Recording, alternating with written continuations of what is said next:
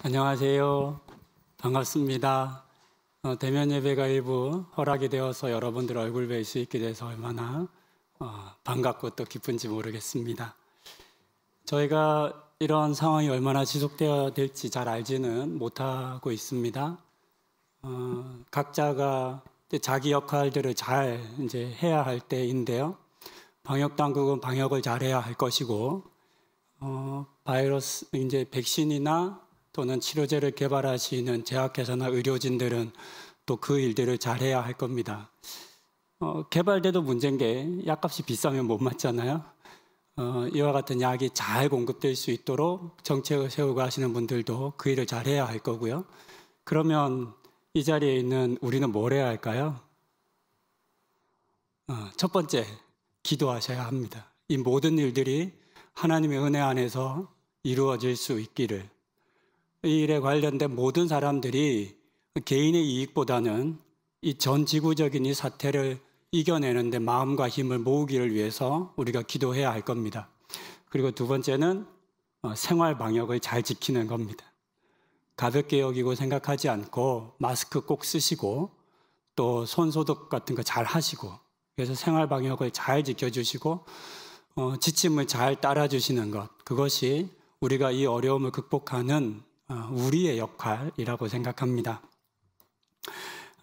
그 모든 일들이 합력하여 선을 이루어 속히 이 코로나19로부터 우리가 이겨낼 수 있기를 간절히 바라봅니다. 최근에 코로나19와 관련하여 언론에 보도된 내용들 중에 몇몇 사건을 여러분들과 나누는 것으로 오늘 설교를 시작하려고 합니다. 여러분들도 듣고 보신 경우도 있을 것 같습니다.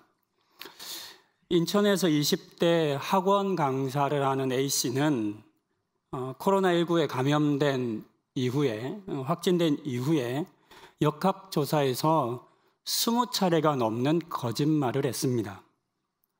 그로 인해서 지역 내 7차 감염이 일어났고요. 그는 학원에서 이제 강사를 했는데 그 일을 못하게 될 것, 그리고 과외 수업을 못하게 되는 것을 두려워한 나머지 거짓말을 했습니다. 그뿐 아니라 역학조사를 받고 본인이 확진자인 걸 알매도 불구하고 헬스장 등을 다니기도 했습니다. 그의 거짓말로 인해서 청소년들을 비롯해서 무려 80여 명이 코로나에 감염되었습니다. 지난 9월에 1차 이제 그런 재판에 회부가 됐죠. 그것 때문에 이제 1차 선고에서 징역형 이제 실형을 선고받았습니다. 또 다른 창원의 B씨는 8월에 있었던 광화문의 집회에 참석했지만 참석하지 않았다고 거짓말을 했습니다. 그러면서 검사를 거부했고요. 뒤늦게 코로나 확진을 받았는데 이제 그 사이에 두 자녀와 일하던 회사에서 7명을 감염시켰습니다. B씨로 인해서 이제 감염된 자녀가 다니던 학교의 학생과 교직원들 503명, 그리고 회사와 사내 어린이집 교사와 원화 등 무려 2,000여 명이 감염의 두려움 속에서 검사를 받았습니다. 어린 아이들이 이 코로나 검사 방법이 코 속으로 굉장히 이제 강력하게 이제 누른대요. 그래서 아이들이 굉장히 아프대요. 어른들도 힘들고. 어린 아이들이 코로나19 검사를 받고 너무 아파서 고통스러워서 땅바닥에 주저앉아 울고 있는 모습이 언론에 보도되기도 했습니다. 이 B씨가 다니던 회사가 일주일 정도 이제 폐쇄가 됐는데요. 굉장히 큰 기업이었습니다. 생산 차질과 금전적 손실을 크게 입었습니다. 이 외에도 많은 사회적 비용이 지불되었습니다. 그래서 시정부는 B씨에게 감염된 7명의 치료비와 2,000여 명의 검사비, 그리고 방역비 등 약 3억 원 상당의 구상금 청구 소송을 진행한다고 합니다. 근데 이게 다가 아니더라고요. 더 찾아보니까 회사가 운영에 손실을 입었잖아요. 회사의 운영 손실에 대한 비용 약 10억 원, 그것도 추정치인데요. 이상이 또 소송될 거라는 예정을 하고 있다고 합니다. 제주에서 코로나19에 확진된 목사 부부도 있습니다. 그들은 우리 교회 얼마 멀지 않은 지역에 설교 대면 예배 강행, 이제 대면 예배를 자제해 달라라고 하는 조치에도 불구하고 제주에서 이 용인까지 와서 설교를 하시고 거기서 감염된 상태에서 제주도로 내려갑니다. 그리고 코로나19 검사를 받고 확진을 기다리는 그 기간, 방역 대상 기간이라고 합니다. 확진이 나지 않은 상태 동안에는 움직이면 안 됩니다. 그러나 그 기간에 온천을 방문합니다.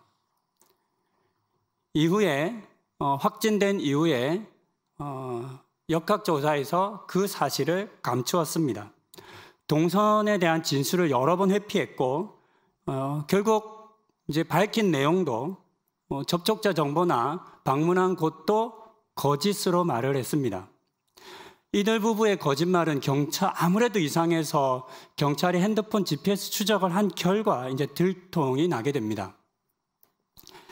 목사 부부의 거짓말로 인해서 부부가 방문했던 온천 이용자 700여 명, 시간대가 겹치는 이용자 300여 명에 대한 추적 검사로 방역당국이 굉장한 어려움을 겪었다고 기사는 전하고 있습니다. 당연히 그 온천 사업장도 폐쇄되었습니다. 그 일로 인해서 많은 손실을 입었습니다. 또 그뿐 아니라 지역사회와 주민들의 혼란과 두려움은 또 얼마나 컸겠습니까? 언론사에서 이들 부부에 대한 기사를 쓰면서 그 제목을 이렇게 잡았습니다. 목사 부부의 거짓말 때문에. 기사 타이틀입니다.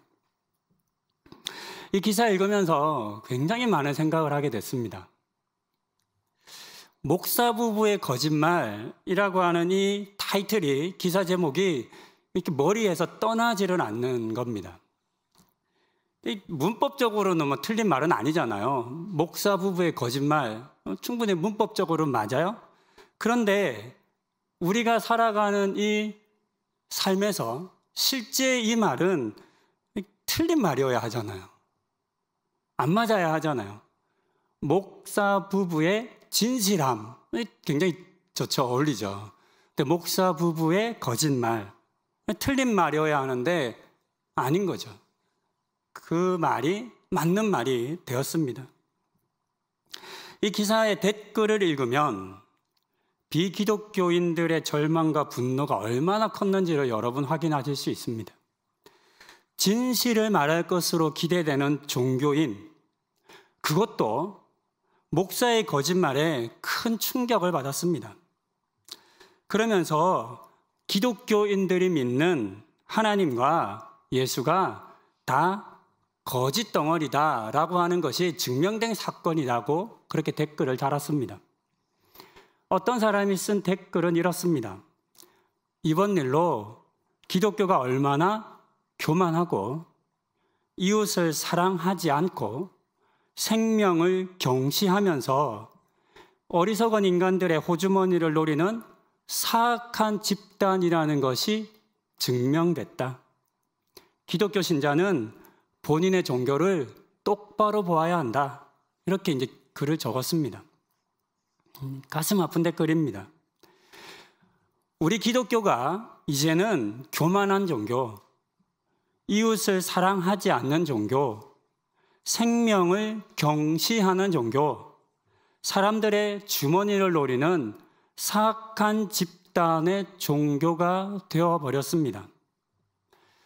이 댓글에서 지적한 모든 것들이 기독교의 중요한 가치입니다.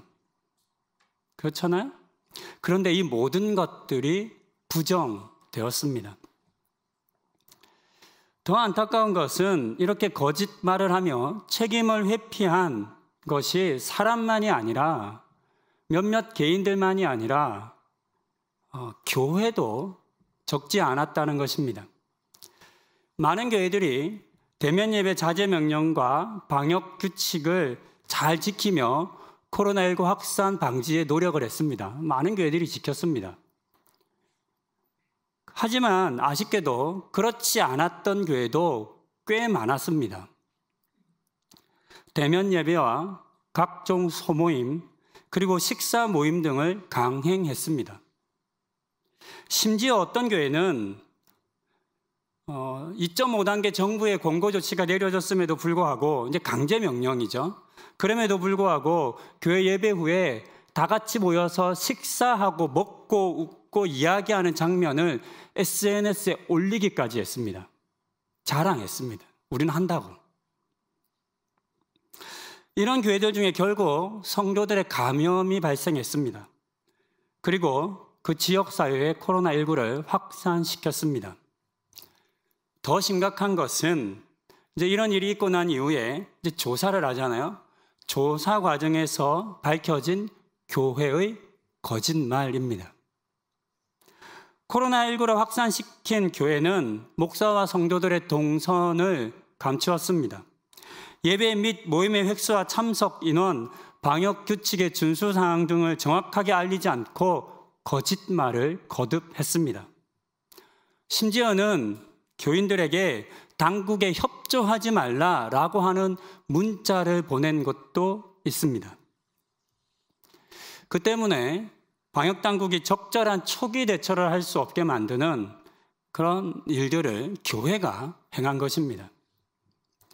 교회 때문에 같은 건물을 사용하거나 또 교인들이 이용했던 상가들은 어쩔 수 없이 문을 닫아야만 했습니다. 교회 주변에 거주하는 시민들은 감염에 대한 두려움에 떨어야만 했습니다. 교회가 복음이 아니라 다른 것을 전파하는 곳이 되어 버렸습니다. 이처럼 코로나19에 감염되었음에도 불구하고 거짓말을 하고 그것으로 말미암아 많은 사람들을 감염시키고 사회를 혼란스럽게 한 사건은 더 많습니다. 여러분 찾아보시면 주변에도 많을 겁니다. 그 중에 기독교인들이 다른 어떤 종교보다 많은 것 같습니다. 이건 제가 조사를 한 건 아니지만 굉장히 많았습니다. 종교단체로는 다른 어떤 종교보다 기독교가 많은 건 거의 사실인 것 같습니다. 지금까지 예를 든 사람들과 교회의 공통점은 그들이 모두 거짓말을 했다는 것입니다. 그들에게 있어서 그들이 가진 기독교 신앙은 거짓말을 하는 것에 있어서 영향을 주지 않았습니다. 못했습니다. 교회도 목사도 기독교인들도 다 너무 쉽게 거짓말을 했습니다. 이렇게 우리가 가진 기독교 신앙의 차이가 삶의 차이로 나타나고 증명되지 않는다면 비기독교인과 기독교인에게 있어서 삶으로서 그 차이가 증명되고 나타나지 않는다면 기독교는 과연 무엇으로, 우리는 과연 무엇으로 세상과 다르다라고 말할 수 있겠습니까? 더하여서 기독교는 과연 어떻게 세상을 구원하겠다라고 말할 수 있겠습니까? 영화의 제목 중에 그들만의 리그라고 하는 영화가 있습니다. 영화 제목만 그냥 이야기하는 겁니다. 그들만의 리그.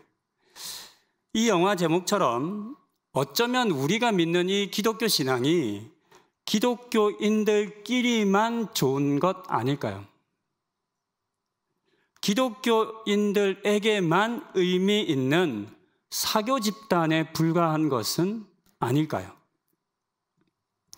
저와 여러분들이 공부를 많이 해서 예수님에 대해서 잘 알 수 있습니다.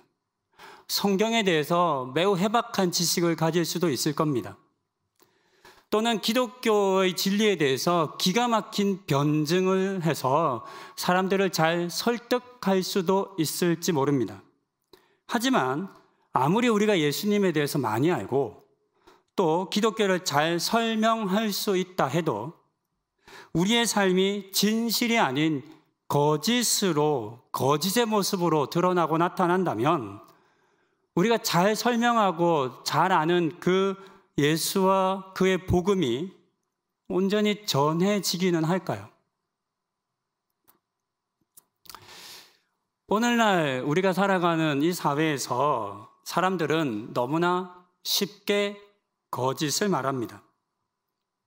거짓말로 남을 속이고, 거짓말로 자신의 유익을 추구하고, 거짓말로 자신의 책임을 다른 사람에게 덮어 씌웁니다.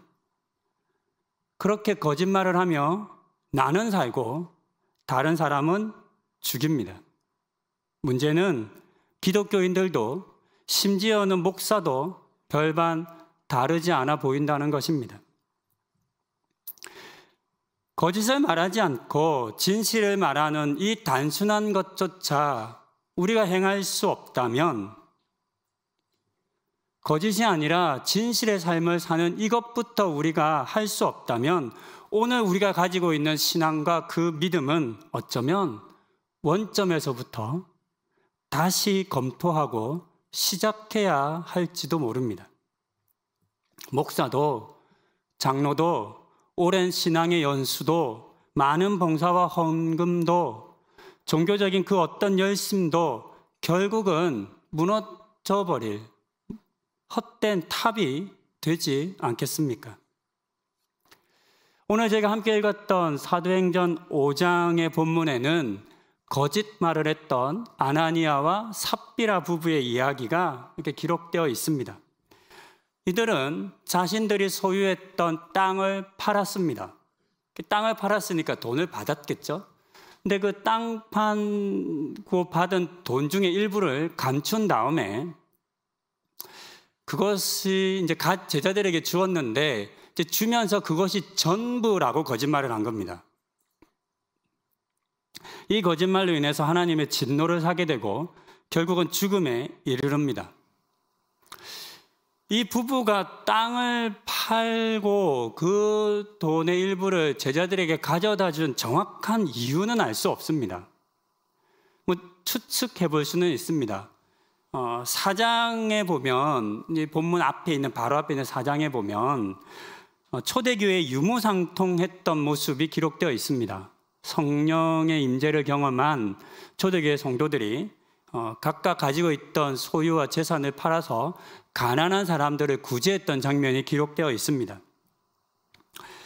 이런 초대교회의 모습을 보았던 아나니아와 삽비라 부부는 다른 사람들이 한 것처럼 땅을 팔았을 것 같습니다. 그리고 그 돈을 제자들에게 주었습니다. 다른 사람이 다 하는데 우리는 안 할 수 없지라고 하는 경쟁의식 때문일 수도 있고, 아니면 그렇게 해서 교회의 어떤 한 자리를 차지해 보려 하는 욕심이었을 수도 있고, 어쩌면 제자들에게 인정받고 싶었을 수도 있습니다. 그도 아니면 성령의 임재를 흉내내고 싶었던 것인지도 모릅니다. 그러니까 성령 받은 그 모습이 소유를 팔아서 나누어 주는 것으로 드러나니까 반대로 행한 거죠. 우리가 가진 소유를 팔아서 나누어 주면 사람들이 우리가 성령 받은 줄 알겠지, 이렇게 생각했을 수도 있습니다. 그 동기가 어찌 되었건 그들은 적어도 외적으로는, 겉으로는 다른 초대교회 성도들과 같아 보였습니다. 그런데 잘 살펴보면 실상은 그렇지 않은 겁니다. 그들은 거짓을 행했기 때문입니다. 이런 생각을 해봅니다. 이 본문을 읽으면서 만약에 이들 부부가 땅을 판 다음에 본인들에게 필요한 얼마의 금액이 있을 수 있잖아요. 그걸 떼어놓고 그 다음에 남은 것을 가져간 다음에 제자들이 얘기하는 겁니다. 땅을 팔고 우리가 쓸 것이나 필요한 건 남기고 이 정도 가져왔습니다 라고 말했다면 오늘 본문 뒤에 이어 나오는 그런 하나님의 심판이 일어났을까요? 안 일어났을까요? 여러분 어떻게 생각하세요? 목사가 성경 볼 때 그런 걸 다 고민하고 생각해 보나? 해보셔야 해요. 왜냐하면 본문은 훨씬 더 풍성하게 이해할 수 있으니까. 개인적으로는 만약에 그렇게 솔직하게 사실대로 이야기했다면 그런 일은 안 일어났을 거라고 생각합니다. 왜냐하면 초대교회가 아나니아와 삽비라 부부에게 땅 팔아서 그 돈 가져오라고 요구하거나 명령하지 않았기 때문입니다. 어느 누구도 그들 부부에게 땅 팔아서 돈 가져와 라고 말하지 않았습니다. 강요하지 않았습니다. 앞에 있는 사도행전 4장에 기록된 그 사람들이 소유를 팔고 나누었던 것은 성령의 임재와 감동 때문이었지 강요 때문이 아니었습니다. 그렇기 때문에 아나니아와 삽비라 부부는 거짓말을 하면서까지 땅을 팔 이유가 없었습니다. 당연히 돈을 감추지 않고 자신들이 필요한 만큼을 떼어놓고 제자들에게 주었어도 아무런 문제가 없었을 겁니다. 그래서 오늘 본문 4절에 보면 베드로가 그 아나니아에게 하는 말이 있습니다. 원래 땅도 네 땅이었지 않냐? 또 땅 팔고 받은 돈도 네 돈이었지 않냐? 그러니까 네 마음대로 해도 돼. 근데 왜 그렇게 안 했어? 라고 하는 본문의 말씀이 있는 겁니다. 자신들의 양심에 따라 판단하고 결정하면 되는 일이었음에도 불구하고 그들은 사람들과 사도들을 속이려 했습니다. 아무도 모를 거라고 생각했기 때문일 겁니다. 여기에 저는 이제 본문에 교훈이 있다고 생각합니다. 이 본문은 이제 해석하는 분들에 따라 다를 수 있겠지만 거짓말하면 죽어요 라고 말씀드리는 본문이 저는 아니라고 생각합니다. 그러면 저희 여기 다 없겠죠. 거짓말하면 죽어요 라고 하는 본문에 이제 메시지가 있는 것이 아니라 거짓말하면 하나님이 아세요 라고 하는 겁니다. 하나님 아신다는 걸 우리에게 밝혀주는 겁니다. 그래서 초대교회 모든 성도들을 향해서 마음 가운데 하나님과 사람을 속이려는 마음이 있습니까? 조심하세요. 다 아십니다. 라고 하는 메시지를 전하는 겁니다. 사람들이 쉽게 거짓말을 합니다. 사람들이 쉽게 거짓말을 하는 것은 아무도 그 사실을 모를 것이라고 생각하기 때문입니다. 또 사람들이 쉽게 거짓말을 하는 이유는 이미 과거에 거짓말을 했는데 들통나지 않았던 경험이 있기 때문입니다. 내가 거짓말해도 아무도 모르네. 내가 거짓말해도 속네라고 생각하는 겁니다. 어린 자녀들을 기르다 보면 아이들의 거짓말을 자주 접하게 됩니다. 근데 자녀가 어리면 어릴수록 우리 부모님들 어떠셨어요? 그 거짓말이 빤히 보이세요? 아니면 깜짝 같으세요? 모르면 바보죠. 빤히 보여요. 근데 어떻게 해요? 넘어가 주죠. 넘어가 주는 거죠. 모르시는 게 아니라 아십니다. 그러나 모든 거짓말에 다 반응할 수 없기 때문에 또는 크게 나쁘지 않은 거짓말들을 받아주곤 합니다. 그런데 사람들은 모르는 겁니다. 모르시나 보다. 제자들도 모르나 보다. 다른 사람들도 모르나 보다. 이렇게 생각하고 점점 더 큰, 점점 더 많은 거짓말을 합니다. 그렇게 거짓이 일상화되어 갑니다. 하지만 성경은 오늘 이 본문은 하나님께서 그들의 거짓말을 아셨다라고 알려줍니다. 당연하지 않겠습니까? 어떻게 하나님께서 모르시겠습니까? 혹 사람은 속일 수 있어도 하나님은 속일 수 없습니다. 여러분들 중에 이 사실을 모르시는 분들 아무도 안 계시죠? 하나님께서 다 아실 거야 라고 하는 사실을 모르는 분 안 계실 겁니다. 그런데 앞서 예를 들었던 이제 정확히 기독교인인지 모르는 사람도 있지만 그냥 추측하기에 이제 기독교인들이었던 분들이 많으니까요. 그 기독교인들과 또 제주의 목사 부부와 또 교회들은 왜 거짓말을 했을까요? 하나님께서 그들의 거짓말을 모른다고 생각했기 때문일까요? 아니면 하나님께서 아셔도 별 상관없다고 생각한 것일까요? 이 둘 다 문제가 되죠. 하나님께서 모른다고 생각한 것이라면 하나님에 대해서 우리가 무지한 것이 될 거고요. 하나님이 아셔도 상관없다고 생각하는 것이라면 더 큰 문제가 됩니다. 하나님을 두려워하지 않는 것이고 하나님의 가르침대로 살지 않겠다라고 하는 의미이기 때문입니다. 우리가 너무나 가볍게 여기는 거짓의 일상화는 사실 매우 무서운 죄입니다. 하나님을 하나님으로 여기지 않는 죄이기 때문입니다. 그렇기 때문에 우리는 거짓의 일상화와 싸워야 합니다. 아주 작은 다른 사람에게 큰 피해 가지 않는다고 해서 그 거짓이 정당성을 얻는 것은 아닙니다. 그것이 진실이 되거나 선한 일이 되는 것도 당연히 아닙니다. 거짓은 그 자체로 사람을 병들게 합니다. 거짓은 마치 바늘 도둑과 같아서 점점 우리를 소도둑으로 만들어 갑니다. 앞서 보았던 코로나19 확진자들의 모습과 교회에서 거짓의 일상화를 볼 수 있습니다. 그들은 자신들의 거짓을 대수롭지 않게 여겼습니다. 거짓말에도 모를 거라고 생각했습니다.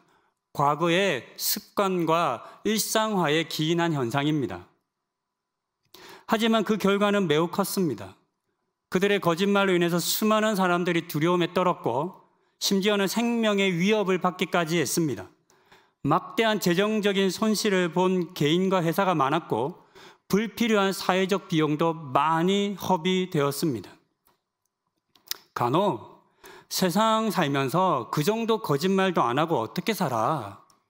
그래서 넌 깨끗하냐? 라고 하는 말을 하시는 분들이 있습니다.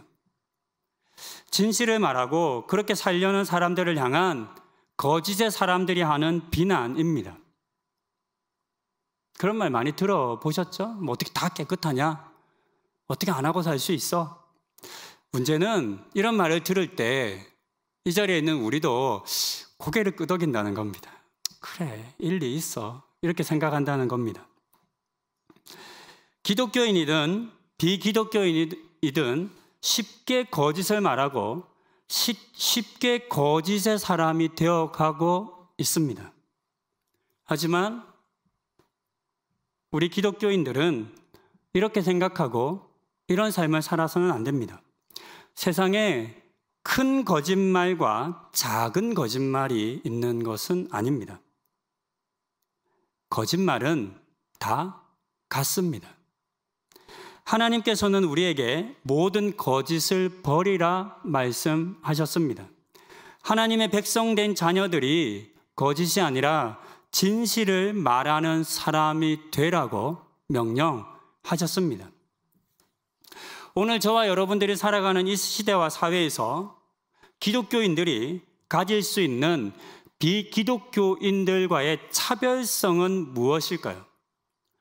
어떤 점에서 기독교인들과 비기독교인들은 다를 수 있을까요? 밥을 먹을 때 식사 기도를 하거나 또는 주일에 교회를 가는 등과 같은 외적인 것 밖에는 그들과 우리를 나눌 수 있는 방법이 없는 걸까요? 이렇게 외적으로 보여지는 것 말고 우리가 살아가는 삶의 모습과 태도에서 우리가 그들과 다름을 나타내 보일 수 있는 것은 과연 없을까요? 아주 사소한 것으로 여겨질 수 있는 이 진실과 거짓이 어쩌면 가장 중요한 차이일 수 있습니다. 대수롭지 않은 일이라고 누구나 하는 것이라고 생각하는 거짓말이 실상은 우리의 기독교인으로서의 삶을 가장 강력하게 확인시켜 줄 겁니다.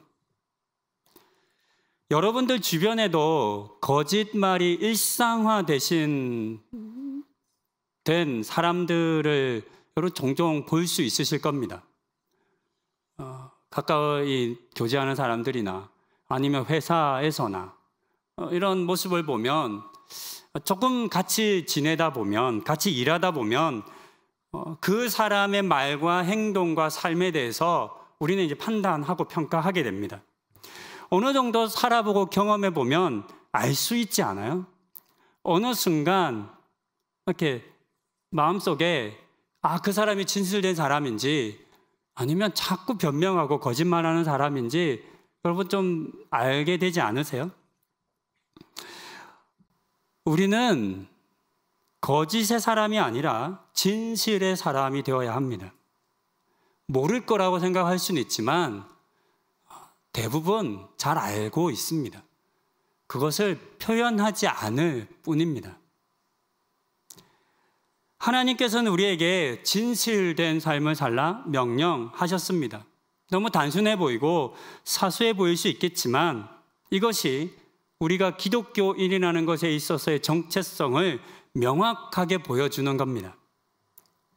거짓을 말하고 거짓의 삶을 사는 것을 우리 가볍게 여기지 마십시다. 거짓의 사람이 아니라 진실의 사람이 되십시다. 코로나19 사태를 경험하면서 한국 교회와 기독교인들의 민낯이 많이 드러났습니다. 이런 상황에서 우리가 시급하게 회복해야 할 것이 무엇이 있을까? 교회가 사회적으로 봉사를 많이 한다? 그것 당장 급한 문제 아닌 것 같아요. 기독교인들이 구제도 많이 하네? 그것도 제가 볼 땐 시급하지 않은 것 같아요. 가장 시급한 것, 교회랑 기독교인들은 거짓말 안 하는구나. 믿을만해. 라고 하는 말 먼저 들어야 하지 않겠습니까? 여러분, 인터넷이나 검색해 보세요. 코로나, 교회, 거짓말, 이렇게 키워드 검색해 보시면요. 셀 수 없을 만큼 많이 나옵니다. 이미 이 코로나19를 경험하면서 많은 사람들이 기독교인들과 이 교회가 진실을 말할 것에 대한 기대를 버린 것 같아요. 왜냐하면 너무 많기 때문에. 사소하다고 생각하는 것부터, 작은 것부터 다시 시작하십시다. 우리 기독교가 회복하기 위해서 뭔가 크고 거창한 거 하자 그러면 힘들어서 못 하신다 그럴 거잖아요. 작은 것부터 시작하십시다. 아마 저와 여러분들의 마음 가운데 목사님 거짓말 하는 거 그렇게 큰일 아닌데요? 이렇게 생각하실 수 있어요? 그래서 말씀드리는 겁니다. 큰일 아니니까 해보시자고요. 어렵지 않으니까 한번 해보시자고요. 우리가 참 대수롭지 않게 여겼으니까 한번 해보시자고요.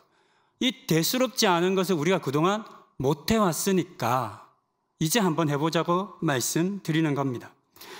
알게 모르게 우리에게 일상화되어 버린 온갖 거짓을 버리십시다. 하나씩 그렇게 무너져 내린 우리 기독교의, 우리 신앙의 참모습을 회복하십시다. 이 자리에 계신, 그리고 온라인으로 예배드리시는 노부다 하늘교회 모든 성도님들께서 거짓의 사람이 아니라 진실의 사람이 되시기를 간절히 소망합니다. 그리고 우리 교회도 진실된 교회가 되기를 또한 소망합니다. 기도하시겠습니다. 주님, 이 땅에 거짓이 가득합니다. 거짓을 말하며 거짓을 행하여 자신은 살고 남은 죽이는 일들이 많이 일어나고 있습니다. 심지어는 주님을 믿는다고 말하는 저희에게도, 교회에도 이런 모습이 있습니다. 주님, 우리로 진실하게 하옵소서. 모든 거짓을 버리고 진실된 삶을 살게 하옵소서. 그렇게 이 땅의 진실의 사람들과 교회가 더 많아지게 하시고 그들로 하나님의 나라를 선포하게 하옵소서. 이 모든 말씀 우리 주 예수 그리스도의 이름으로 기도드립니다. 아멘.